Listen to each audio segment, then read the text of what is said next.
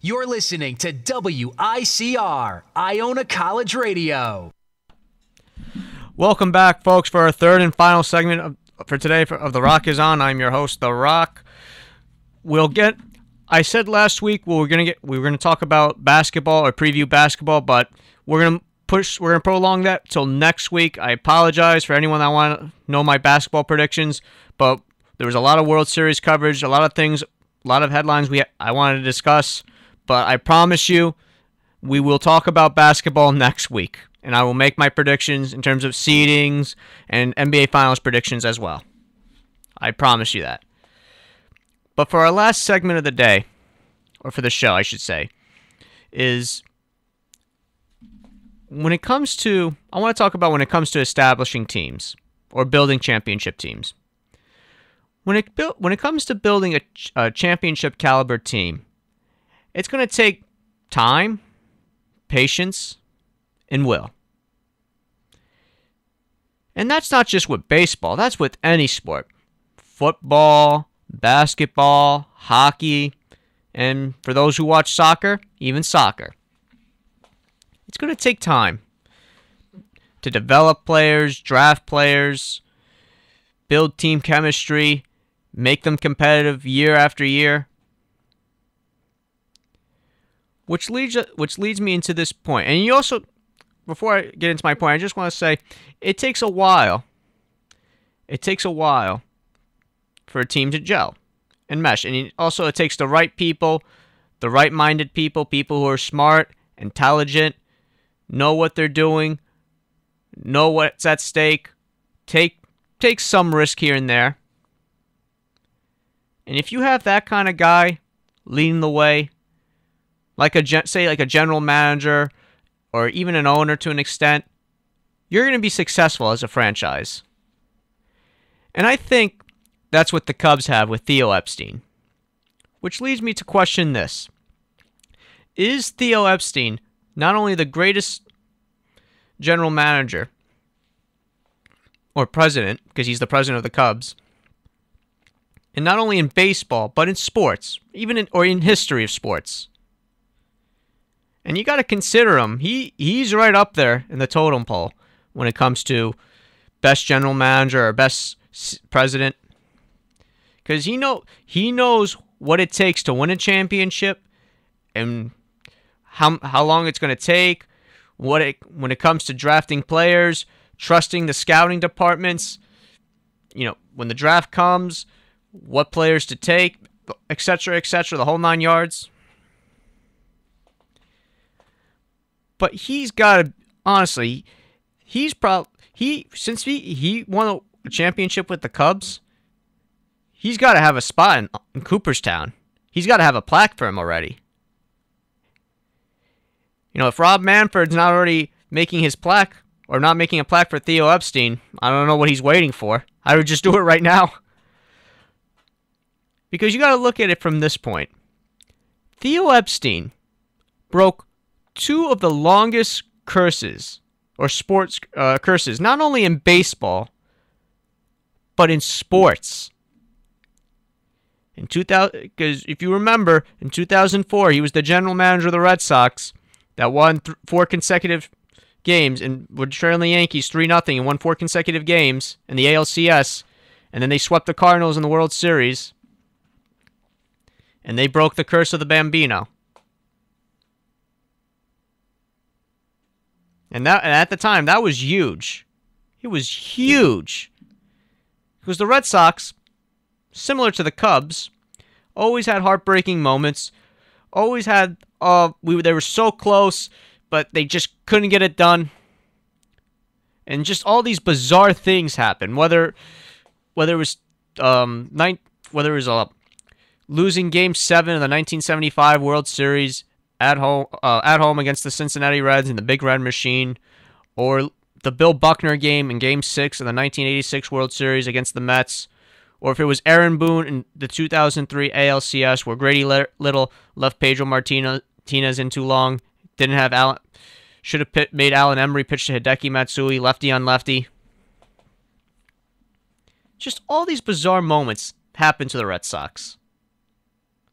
And What do you know? They win the World Series in 2004, and Theo wins another one in 2007. Just to show, hey, they're competitors year after year. 3 years later, they win a World Series, and just to show, hey, they're competitors.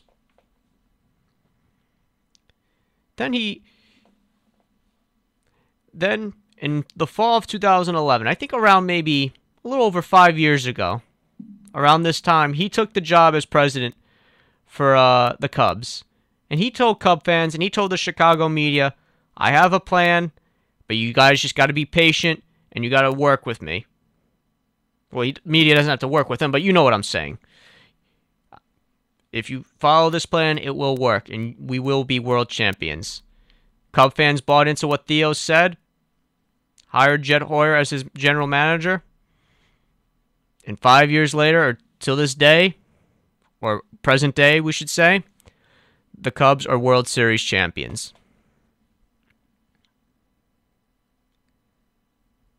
And if you think about the history of the Chicago Cubs, not just the heartbreaking moments or all the bizarre things that happen, I'm talking about the players historically that played for the Cubs. Whether it was Fergie Jenkins, Ernie Banks, Ron Santo, Sammy Sosa, even though he was linked to steroids, but still one hell of a player despite the steroid use. There were a lot of great... Ryan Sandberg, that was another one. You got to consider, there were a lot of great players. Good number of Hall of Fame players that played or that wore a Cub uniform. And some came close to winning a championship, or not winning a championship, but getting to the World Series and competing for a championship, because they went 71 years without winning the pennant.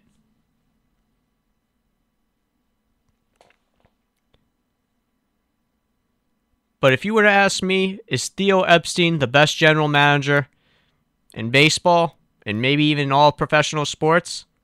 I say, yeah. Hell yeah, he is. You cannot, and if it's baseball and you're going to dispute that, you can't.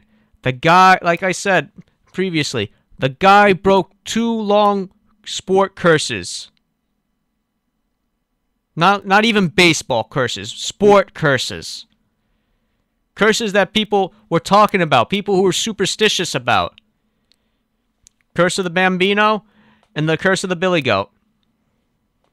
Broke both of them like it was nothing. Like, oh, we broke it? Won the championship, there you go. And that's what Theo is. He's a curse breaker. And if you think about all these struggling franchises, or franchises that haven't been able to get over the hump, maybe they could use Theo's services. Maybe the Mets could use him. If Sandy Alderson, is becoming frugal, or if he doesn't want to get the players, he doesn't want to sign the high top marquee players, and say if he's going to let Cespedes walk, bring Theo in. Get rid of Sandy. Bring Theo in. He knows what he's doing. But how funny would it be if, Theo... Now, it just occurred to me, well, how funny would it be if, say, Theo Epstein went to, every Major League Baseball team, or was, the general manager or the president of every Major League Baseball team, and he won at least one championship? Could he do that? I'm not denying that. I'm sure he's capable of doing that. Theo is he's a great baseball mind, and he knows what he's doing. He trusts his scouting. He trusts his scouts. He trusts his general manager, and he has the confidence. And that's, when you're a general manager, or you're a general manager or a president of a team or a company or whatever it is, you got to have that confidence. Otherwise, things aren't going to go your way. You got to have that optimism, and that's what Theo has with the Cubs. Now, from now on, because they won the championship, they no longer have to hear that nonsense about the curse of the Billy Goat, 1908, being known as the lovable losers, Bartman, the Billy Goat, the Black Cats, or whatever it was. All that superstitious stuff is gone. It's gone. And before I wrap up, I just want to say, I'm sure I know I'm going to name some historic people that are related to the Cubs or are associated with the Cubs. And these three people are no longer on this earth. They've died and they're deceased.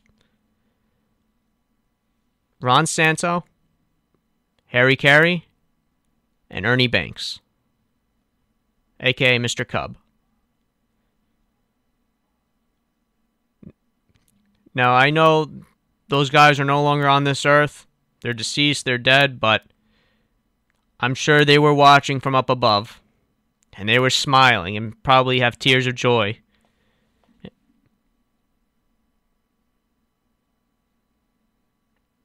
And that's just, I'm sure it's special. It's special for their families associated with them and the fans. But I'm sure, like I said, up there, they're smiling, they're happy, and they have tears of joy. But the Cubs winning the World Series, it's just a great sports story, and this is going to go down as the best sports story, not only in 2016, but for many years to come. Who knows? Maybe in 2 decades from now, we'll still be talking about this, unless another curse comes about. But that's a topic for another day, folks. That concludes this show of The Rock is On. Tune into next week at 4 p.m. to hear your latest sport news. Have a great day, everyone.